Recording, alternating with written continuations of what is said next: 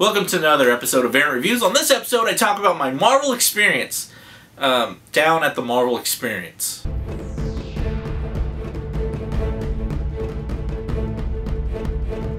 Well, alright, I went and checked out the Marvel Experience, and yeah, it was definitely an experience to be had, but was it a good one? Was it a bad one? That's what this review is really all about. And first off, let me just explain to you. As soon as you get there, you're going to wait in a line, and then as soon as you get in, you're going to wait in another line, followed by another line, and another line, and yet another line. So if anybody's watching this, and they're expecting, like, spoilers or anything like that, and you don't want to see or hear that, then you should stop watching this now. So as soon as you go in, they give you this band. They start off by giving you this band. You put it around your wrist. Now, does this band do anything at all? No. It's just like one of those little tchotchkes or whatever that, you know, I guess you paid 40, 30 bucks or whatever to get in, and they want you to leave with something. So they give you this band, and it says Marvel Experience on it. It's all black at first. So it's all black like that. So anyway, you go in, then you create a Shield ID, and so you can quote-unquote track your progress throughout the entire experience, so they say. And they give you a pamphlet before you walk in. So this is what it looks like. And this one says Dallas, Texas, premier launching city. So I'm pretty sure there's another city other than this. So this is the map of the complex, basically. So after you get the pamphlet, you go into your first little dome area, and you know, it's like a staging area where they have, you know, like any other theme park or anything like that. You know, they just get as many people as they can to fit in before you move on throughout the experience. And so your first thing, they just put on a video, and it's kind of like a introduction, so to speak. I am Iron Man, biggest and baddest hero of them all. Really? It's true. Hi there. Nice to see you. You caught me at work. Hey, Rob, get my good side. As if I have a bad side. This is my building. I'm him, Stark, as in Tony Stark. Handsome billionaire, playboy genius, inventor behind Stark Industries, blah, blah, blah. We make cutting-edge security and defense technology. Try to keep the world at peace instead of, well, in pieces. Speaking of pieces, let's continue with the extremist Mark 47 assembly test. Who designed this test? You did, sir. Thank you, Jarvis. I'm assuming you all know my lab partner? I'm a very sophisticated artificial intelligence program. Created by Mr. Stark to assist with research. So after you watch that video, you go into another dome, and I don't have too much footage of that area because it was just kind of hard to get footage all together. But there's like you're in a dome, and the footage starts playing in the dome. And, you know, it's just like Tony Stark, Nick Fury, Captain America. Basically, what it is that there's like this hyper-reality crisis going on, and you're being recruited as a SHIELD agent.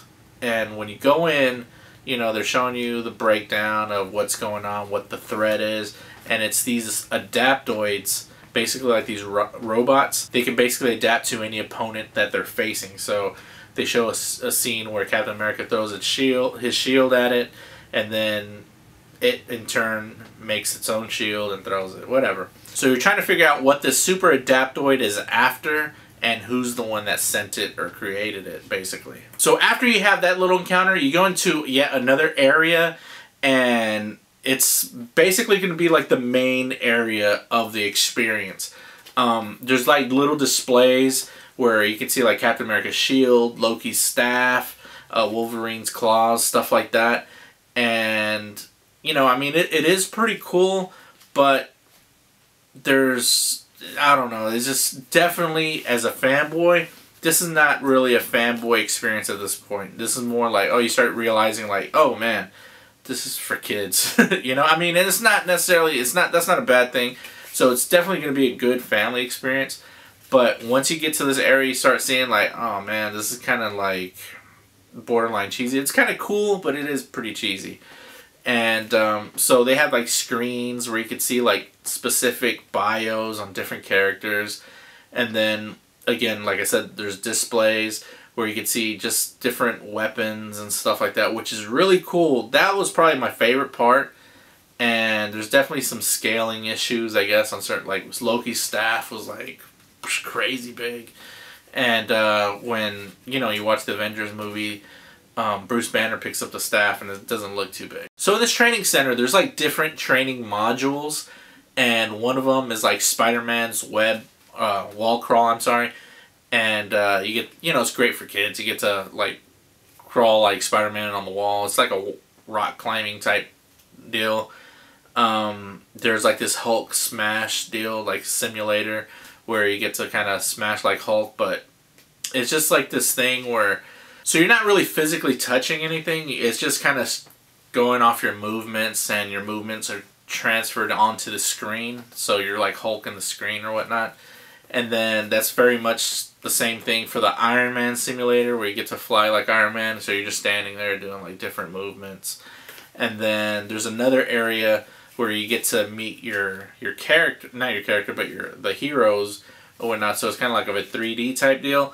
And there's a big old screen, and then there's like a camera. So you do like a movement, and it's supposed to call down like Captain America or Iron Man or the Hulk. So every movement does like a different character. It brings them out in 3D or whatever. And you only see them on the screen, not like in real life or anything. And then there's like a hollow blaster thing, which I thought was kind of cool. But until you go inside, like in theory it was cool, but when you go inside it was kind of like meh.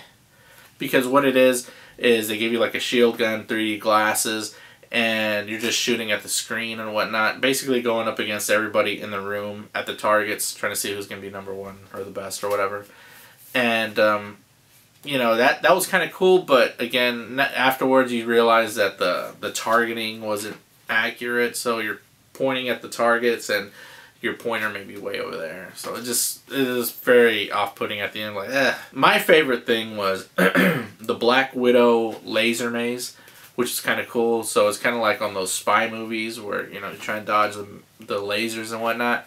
They have like different difficulties: easy, medium, hard, expert. I tried expert. Yeah, I tried expert, and it was crazy because I didn't do so well. So here's a little clip of that.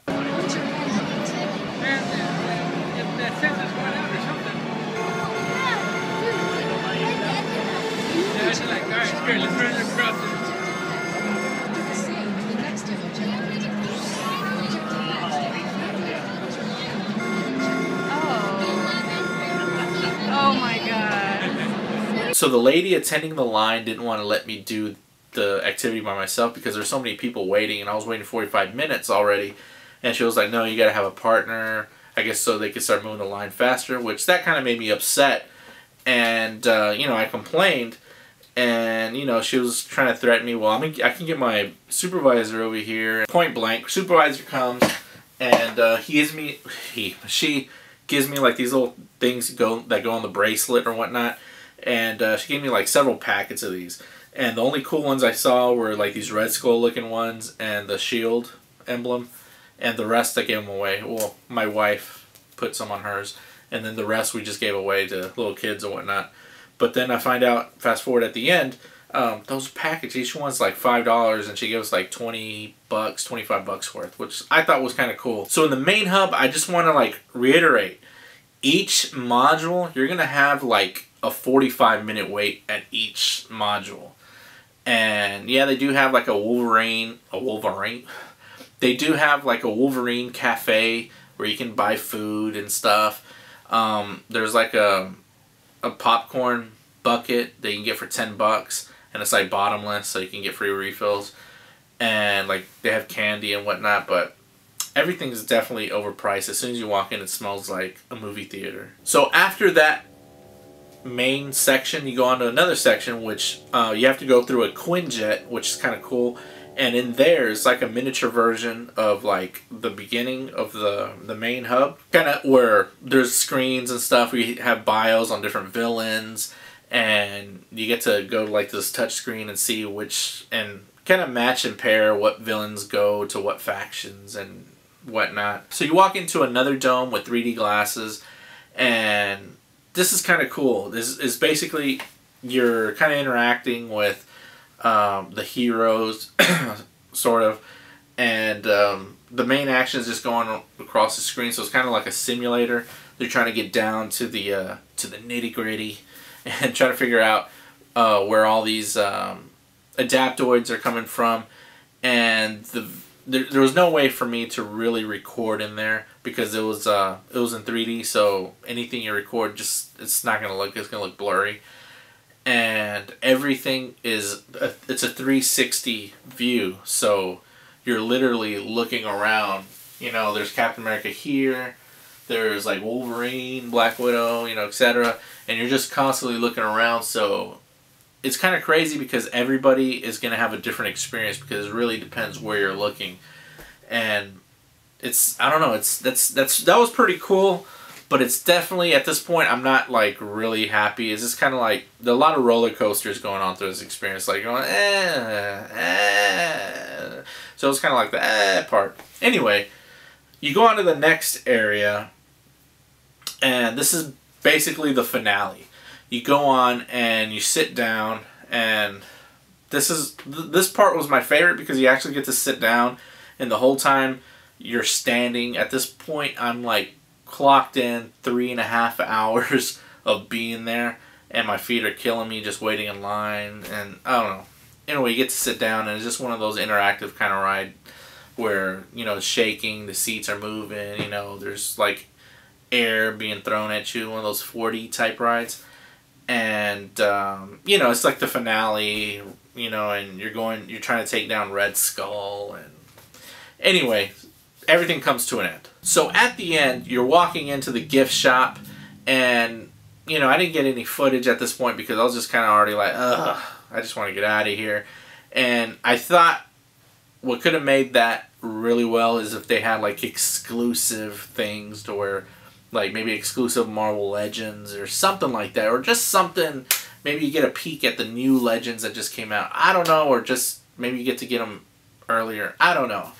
But nothing. The only thing they had as far as like figures and stuff like that were Marvel Selects. They had the Ultimate Grey Hulk Select, Wolverine Select, Red Hulk, and Bucky Cap. All of those overpriced. They're selling them at $32 a piece, which I thought was crazy. And then they had like $200 statues, and those, when you go to a Comic-Con, they have those 3D statues they make of you, so you could stand like with your favorite character or something like that. And those were overpriced, also like $200-300, and they look crazy. They look like they're made out of carpet or felt or something like that. It looks nuts. So, you know, so I'm in the gift shop, and, you know, I start realizing from the beginning they're kind of setting you up for you to spend more money, and you just don't know it. So remember that part where I said you're kind of entering your S.H.I.E.L.D. name and the kiosk and whatnot? It's so that way you can get your own S.H.I.E.L.D. card. Now the regular retail is like $10. So I got mine for $5. So if you buy something first, then you can get your card for $5. Anyway, so I bought this S.H.I.E.L.D. t-shirt. They had a Hydra shirt, but I don't know. I just like the S.H.I.E.L.D. ones. I thought those looked kind of cool. So I went ahead and bought me one. $25. So the S.H.I.E.L.D. card I thought was pretty dope. It's like the thickness of a credit card. It's double-sided. You know, it has like that swipe deal. Obviously it's not real because it's like printed on there. But everything else looks pretty cool. I don't know. I like it. It's definitely a good little memento. And then in the kiosk there, you have the option to do like the height, eye color, gender, species, like superhuman or stuff like that, your location. And under height, it actually says 5'6", and I'm not. I'm 5'9", so that's crazy. I don't think I was paying attention when I did that. Anyway. So overall, in conclusion, I gotta say my Marvel experience was not that good of an experience. I really didn't like it, only because it just wasn't really anything for a fanboy like myself. And I know some of you guys may say, what would you even think of going? Look, I wasn't the only one. I saw a lot of other people my age, even people by themselves, and, you know, a group of guys, like, huddled up. You know, the whole bunch of guys, like, my age went by themselves. I didn't go by myself. What am I talking about? I'm rambling. And again, to my defense, that's like the whole purpose of the review. I really wanted to go so that at least other people get to see what this thing is like or what it's about. And I gotta say, definitely it's not a place for a fanboy, but if a fanboy may have a family with kids and a wife or whatever, then yeah, by all means go. The kids are really gonna love it. It's gonna be great for the kids. But if you're like your regular dude trying to kick with your friends at this thing, no. You're not gonna have a good time. It's definitely gonna be boring. And not necessarily boring, it's just not gonna go up to like your standards of fun as an adult, because the interactions and stuff like that, they're very like, the highs are very minuscule, and then so in conclusion, the Marvel experience is to be had with the family and kids, and not by yourself with your friends, because it's not going to be that great of an experience. Again, I mean, if they had like better figures, just collectibles in general, I mean, everything they had was overpriced, and everything they had could be found at Target or Toys R Us. So it was very disappointing. And yeah, I mean, I hope if you're a fanboy like myself and you're planning on attending this thing, maybe this might save you some money at the end of the day. But yeah, this is D-Town Jackal. Thanks for watching another episode of Aaron Reviews. Before you guys forget, hit the subscribe button, please.